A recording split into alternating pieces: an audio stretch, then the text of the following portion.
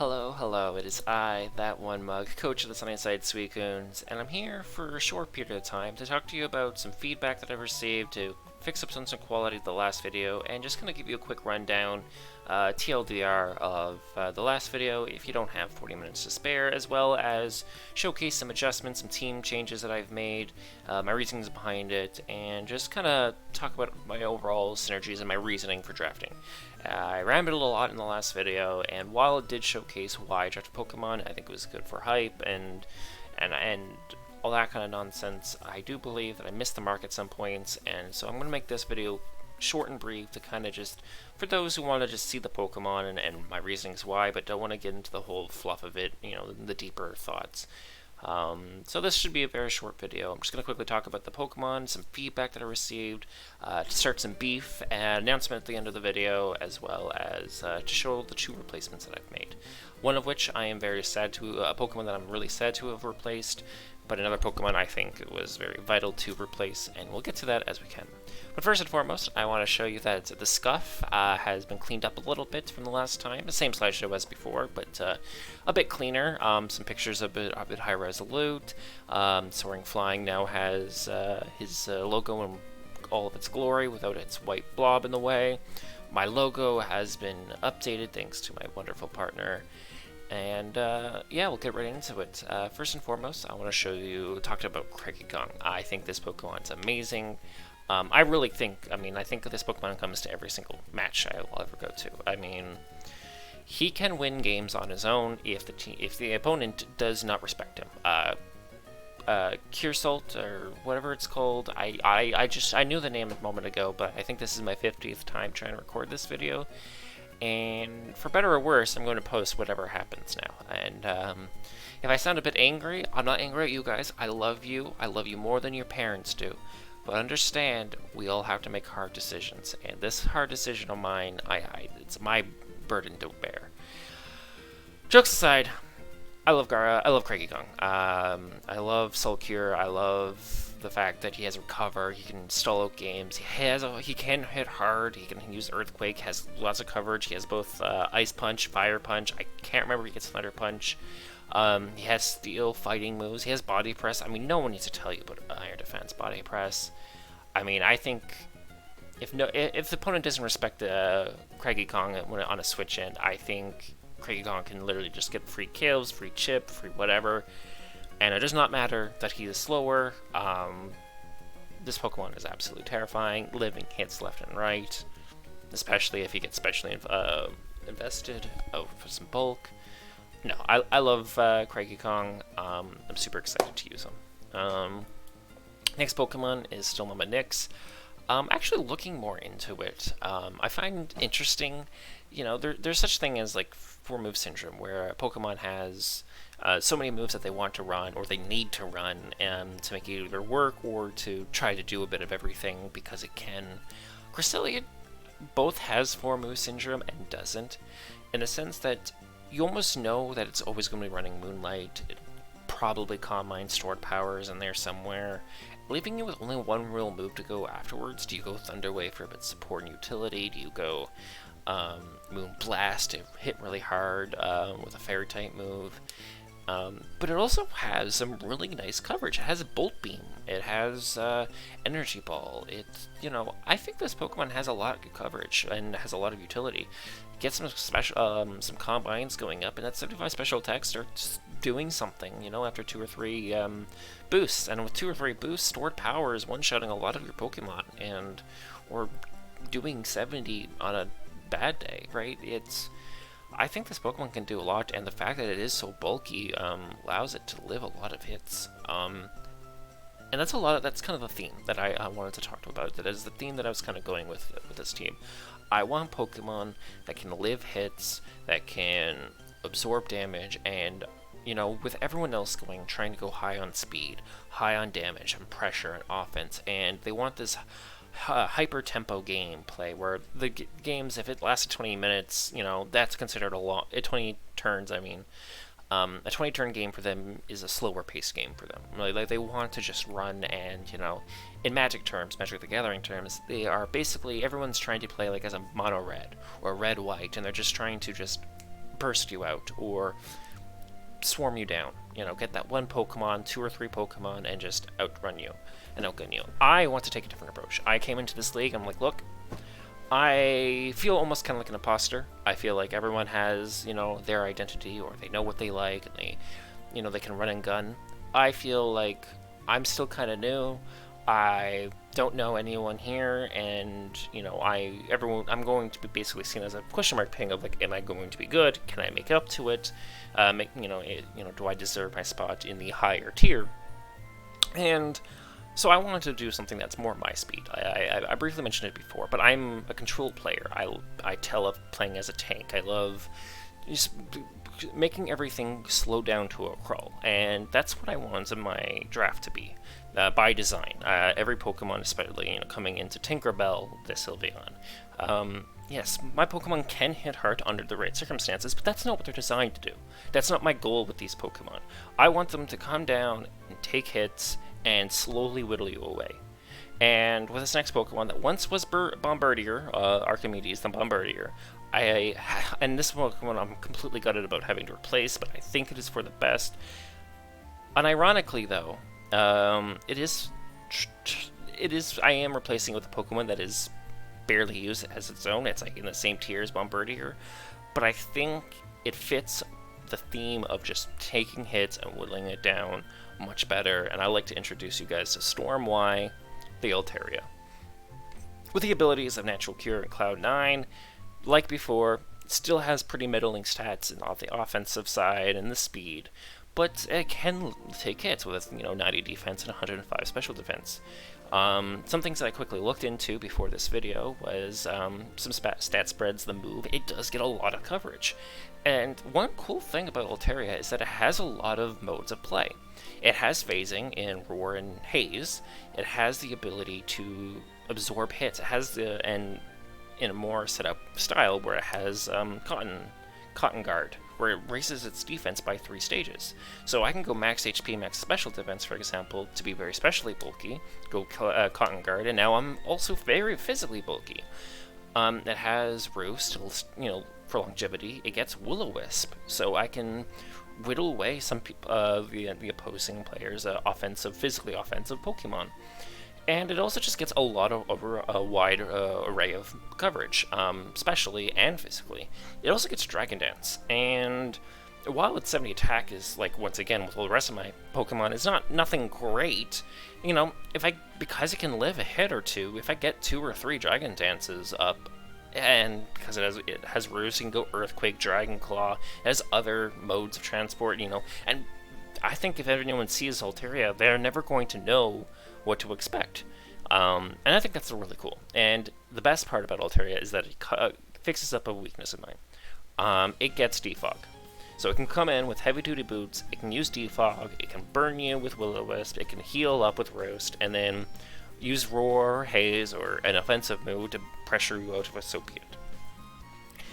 Bombardier, it had Roost like Altaria, but it didn't have anything that could really do a whole lot outside of the fact that it had 100 attack, but it still was outsped by almost everything else.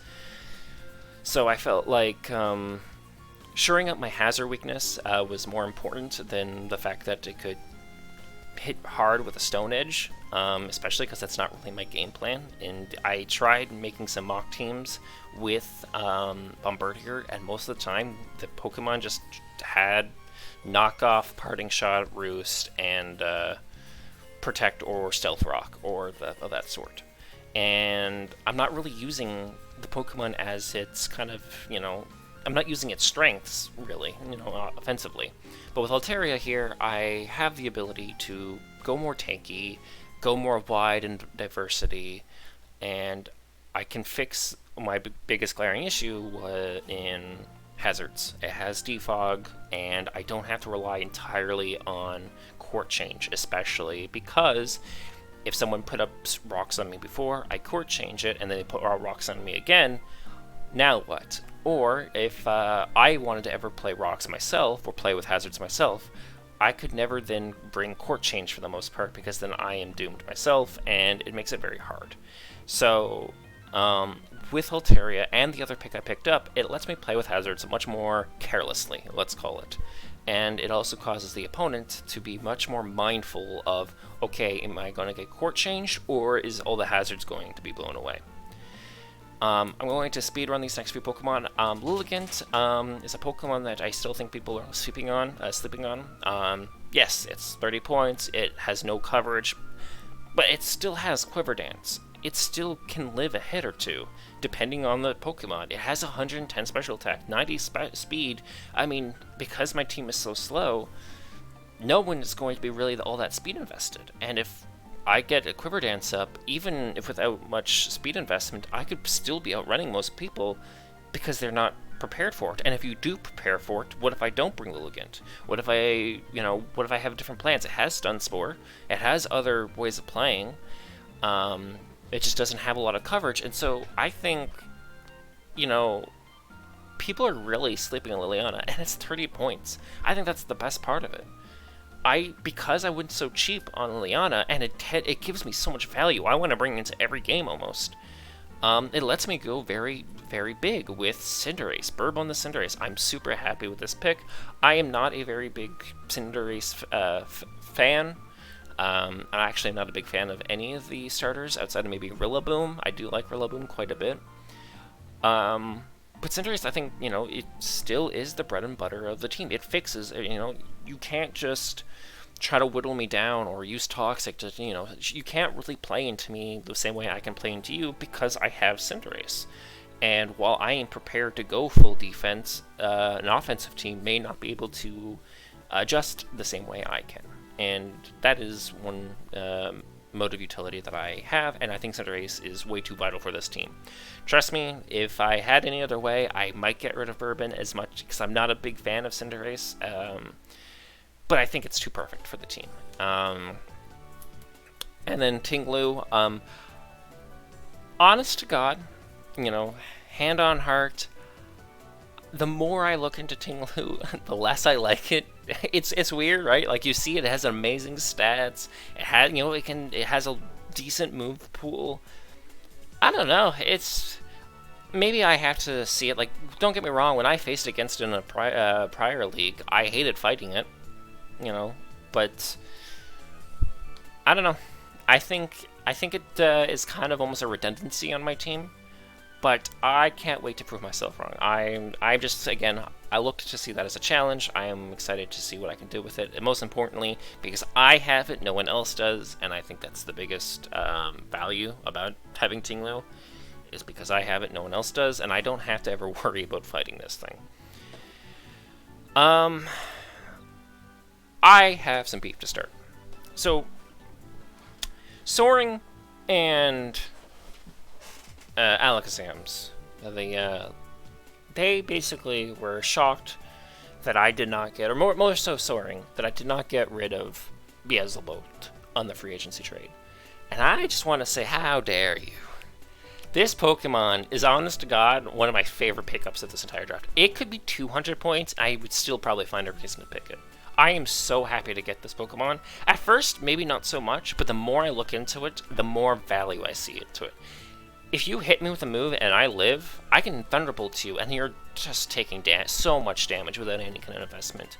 If I go full tank, and I still have Volt Switch, I have the availability to pivot.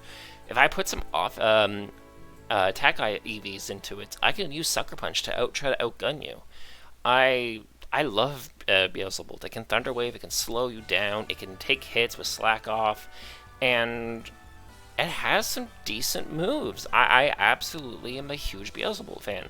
And I am, I take it as a challenge, Soaring, was expecting me to, kind of throw him away or pick up a better Pokemon, quote-unquote, than Beelzebult. And I am going to, prove the haters wrong, as they would say. And I wouldn't necessarily call him a hater, and it's all good fun. I cannot stress this enough. It's not actual drama. I just think it's funny, right? And he could be very right. Let's be honest. I could just be speaking out of my ass. But I absolutely love Beelzebult, and every game that I can bring him for any reason whatsoever, he is coming. I'll give every other opponent of mine a freebie on that. I am taking Beelzebub every chance I get. If your team allows it, I'm taking him. And you know what? That's on me. But, and maybe that's a handicap, maybe it's not. But I'm so happy with Beelzebub that I'm excited. I'm excited to really use him. Other than that, Malboros is here to stay. At first, actually, I really, in the free agency period, something I didn't really touch on is that I really didn't want to keep him. It was more so of a Pokemon, like, he's a poison type, he kind of has Levitate, so it fixes some of my ground weaknesses, and it's just, it just kind of, it was a Pokemon that kind of happened, like, I kind of fell into him, but no one else picked him up, and he's an okay pick, but the more I saw his moveset, the more I'm fucking excited. He has Thunderbolt and Flamethrower. He gets Toxic, obviously Toxic Spike, so I still have more hazards with him. He gets Explosion and Destiny Bond and Memento. He has Haze, he has Clear Smog.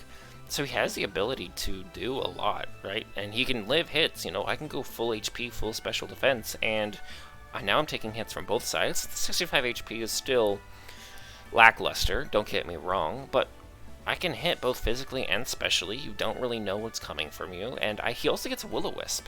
So if you're a team that maybe I'm not, you know, super concerned about toxicing, but you have maybe speed tiers that I want to cripple, not speed tiers, my bad. Like a very physically offensive team, I can cripple your attack.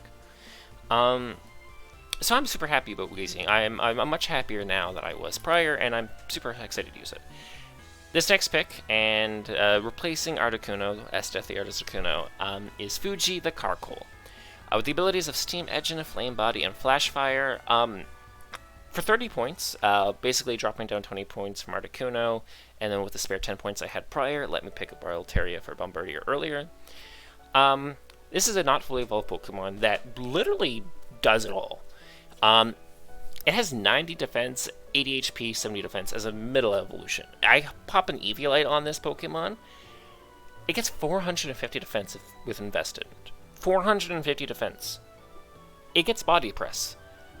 I can bonk you on the head with 450 defense. Let that sink in. Literally, it's crying for help. Let it in. But seriously, and it's 70 defense, special defense rather, still hits it. It gets Scald, Rapid Spin, so Stealth Rocks and Spikes, so it fixes up a problem like before. It is a hazard setter and hazard removal. It basically allows, so, you know, Cinderace and Altaria, the burden is less on them. I now have more options. A lot of my Pokemon now, as you can see, I have a lot more hazard options. And not only hazard removal, but I can also set up more hazard. Spikes is much more valuable this generation than in past generations, and he gets Spikes. With Eviolite, I'm shrugging off any non-super effective hit with ease. Now, it does have two 4 times weaknesses that I have to be wary about, but if I live a water attack, Steam Engine does double my double my speed. 50 speed being doubled, in the right play, it can work. Flame Body basically gives me, can let me burn people, and Flash Fire makes me fire immune. These are all free fine abilities, but I think what Fuji is mostly here for is Body Press, Spikes, Stealth Rock, Rapid Spin. I mean, that's your go-to moveset. Maybe Scald, again, against another physically offensive team. I mean, it gets Scald, I mean, that's amazing, right? And it's coverage. So I think for 30 points, once again, like Liliana, for 30 points is amazing. It has a lot of stats for a middle evolution Pokemon, and stats in all the right places for me. And then once again, we still have Bubbles Jr. I don't know, the more and more I look at this Pokemon, the more happier I am to have it. Again, Skull Knockoff is one hell of a combo, and yeah, I'm super excited. I love this team. I don't foresee myself making any more changes or any more major changes. There's only one Pokemon left on this team that I'm a bit iffy about keeping around, and I'll kind of be hush-hush on that so as to not provoke spoilers in the future if I do get rid of them. But yeah, I'm only missing a Steel Core, and then my team is pretty much set, and I'm very happy with this team. I can't wait to prove some people wrong with like picks like Fion, Bellybolt, and you know, Lilligant, as well as just I want to show that a slower playstyle, especially in Gen 9, can still work. You know, Gen 9 stall and whatnot has not been, has been basically a thing of the past. So more reason that I want to play it more this way. You know, it is my style. I am not a very offensive, like hyper offensive player. I'm not a super stall player either, to be very fair. Like, I'm not go Toxapex Regenerator into Mungus Regenerator into this Regenerator and go crazy and make turns go 300 and on a good, a fast-paced game.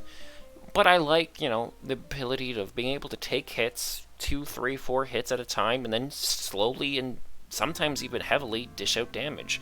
I mean, again, some of these really tanky Pokemon can hurt really hard. I mean, Beelzebub 103 special attack. If you get me Electromorphosis, I can even with a Volt Switch of cold moves, I can still hit you for 40% damage. And that's assuming you're tank invested.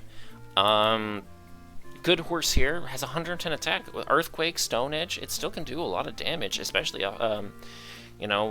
if I put any physical investments onto it. Because sometimes I don't always need to go tanky on these Pokemon, and that's the cool thing is that if you expect, oh, Lilligant is going to be this set, or Altaria is this set, or Sylveon is always going to be this set, I can always come out and surprise you. That's the cool thing, is that because people always think stall has to be this or that or whatever, or these Pokemon have to always be stall, if they're not prepared for what other avenues I can go down, I think this team can do a lot of work. I don't always have to rely on the, quote-unquote bread and butter. And I absolutely love this team. Again, there's very little changes I would make now. I obviously am aware of some weaknesses that I have, but no, I'm super happy, and I cannot wait for the first battle. I believe I know when it's going to take place, so if it is everything as planned, then the team builder should be up and running around this weekend, and so look forward to that. In the meantime, I want to give you a quick announcement and then end the video off. So as you know, the Glamorgan Vale Great Tusks basically made the template of the slideshow, and I've been out and talked to them a lot lately, and they are in the Kalos version of this tournament. So there's 28 teams in total. I'm in the Unova, the more quote-unquote experienced members, while the Kalos is the more either inexperienced or quote-unquote less strong players. Time will tell if that's really true. But one thing is for certain is that after talking to the Great Tusk, KingDozo, the more I've, I enjoyed his humor, I enjoy talking to him, and because I don't have a foot in the race in the Kalos section, I want to say that the Sunnyside Suicunes are going to be backing the Great Tusks all the way through the entire season. No matter how grim things might get, or if they're winning everything, Sunnyside Suicunes will be here to basically here to cheer them on. I might even go over some of their games, some of their wins and losses, just talk about them. I'm expecting great things from them. I love their team that they drafted, and if it's something that people would enjoy to just look at and from an outside point of view, let me know. I love their logo. I love how clean everything is. No, I'm super excited. I expect great things from them. And I hope you guys will like them as much as I do. With that said, I'd like to thank everyone, and yeah, I can't wait to prove the Beelzebub haters wrong. And have a great day, guys.